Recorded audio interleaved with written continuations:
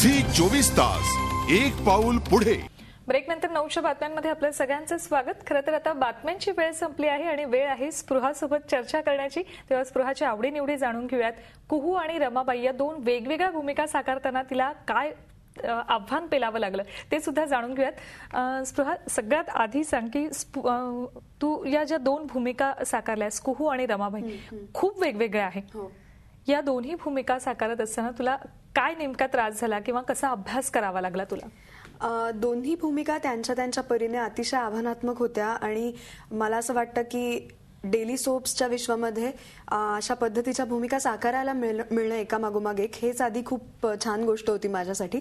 आणि कुहूचा संवेदनशीलपणा, तिचा निरागसपणा, तिचं स्वतःमध्ये रमणं आणि तरी सुद्धा ती एक बिलिव्हेबल व्यक्ती वाटणं हे प्रेक्षकांपर्यंत पोहोचवायचं होतं। त्यामुळे ते एक आव्हान होतं जे मी आमच्या सगळ्या टीमच्या मदतीने पार करू शकले। आणि रमाबाईंच्या बाबतीत म्हणायचं झालं तर अर्थातच उंच माझा झोका हे झी मराठीने हाती घेतलेलं एक अतिशय महत्वाकांक्षी प्रोजेक्ट होतं। मुळातच एक टॉपला गेलेली मालिका होती, त्याच्यात नव्याने आपण त्या कुटुंबाचा एक भाग व्हायचं होतं मला। आणि दुसरी महत्वाची गोष्ट म्हणजे रमाबाई रानडेंसारख्या एका अतिशय सक्षम आणि सन्माननीय महिलेचं पूर्ण जीवनपट आम्ही या मालिकेतून दाखवतो आहोत। त्यामुळे ते सुद्धा एक दडपण होतं की ज्या महिलेला अख्खा महाराष्ट्रच नाही तर भारतभर आणि जगभर अतिशय मान आहे अशा एका महिलेचं कॅरेक्टर आपण पोर्ट्रे करणार आहोत। तर ते एक जबाबदारीचं सुद्धा दडपण थोडंसं वाटत होतं। पण आमचे दिग्दर्शक वीरेंद्र प्रधान आणि माझे सगळे सहकलाकार यांची जी साथ मला लाभली त्यामुळे ती कणखर, मॅच्युअर्ड आणि अत्यंत संयमी शांत रमाबाई साकारण्यात खूप मदत झाली। आणि दोन्ही रूप स्त्रीचीच आहेत आणि खूप आत्मनिर्भर अशा स्त्रियांची ही दोन्ही रूपं होती। त्यामुळे ती करताना फारच मजा आली मला दोन्ही कामं। रमाबाईंची भूमिका साकारताना काही वेगळा अभ्यास करावा लागला तुला? कारण ऐतिहासिक भूमिका साकारायच्या म्हटलं की आपल्याला त्या व्यक्तिरेखेचा पूर्ण अभ्यास करावा लागत असतो।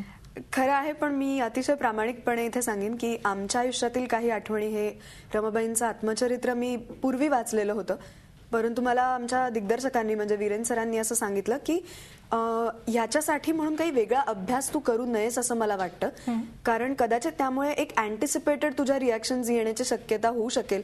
कारण रमाबाईंना 1879 मध्ये माहिती नव्हतं की उद्याच्या दिवशी माझ्या आयुष्यात काय घडणार आहे। त्यामुळे कदाचित ती जी स्पॉन्टेनिटी आहे ती आपल्याला घालवायची नाहीये कुठेही। त्यामुळे तू माझ्यावर विश्वास ठेव आणि त्यानुसार आपण पुढे पुढे काम करत जाऊया।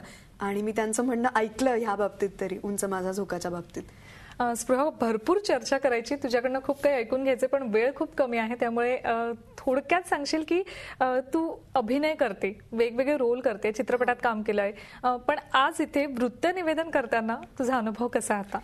वृत्त निवेदन करण्याची ही पहिली भूमिका आहे माझी, अतिशय वेगळी माझ्या वाट्यास आलेली आणि मला खूप छान वाटतंय। कारण हे जाणवतंय की ही गोष्ट करणं हे किती कठीण काम आहे आणि तुम्हा लोकांचा job it is so tough. कारण दर क्षणी दर सेकंदाला तुमच्याकडे एक नवीन गोष्ट येत असते आणि सगळ्या परिस्थितीचं भान ठेवून आणि आपले शब्द जपून जपून जपून वापरत तुम्ही इतकं छान आमच्या समोर त्या सगळ्या बातम्या सादर करत असता। तर तुमच्यामध्ये काही काळासाठी मला यायला मिळालं याचं मला खूप खूप छान वाटतंय आणि त्याबद्दल झी 24 तासचे मनापासून आभार मानते। स्पृहा, आणि आज तू इथे आलीस आणि माझी को अँकर म्हणून इथे मला सहकार्य केलंस त्याबद्दल तुझेही खूप खूप आभार। झी 24 तास एक पाऊल पुढे।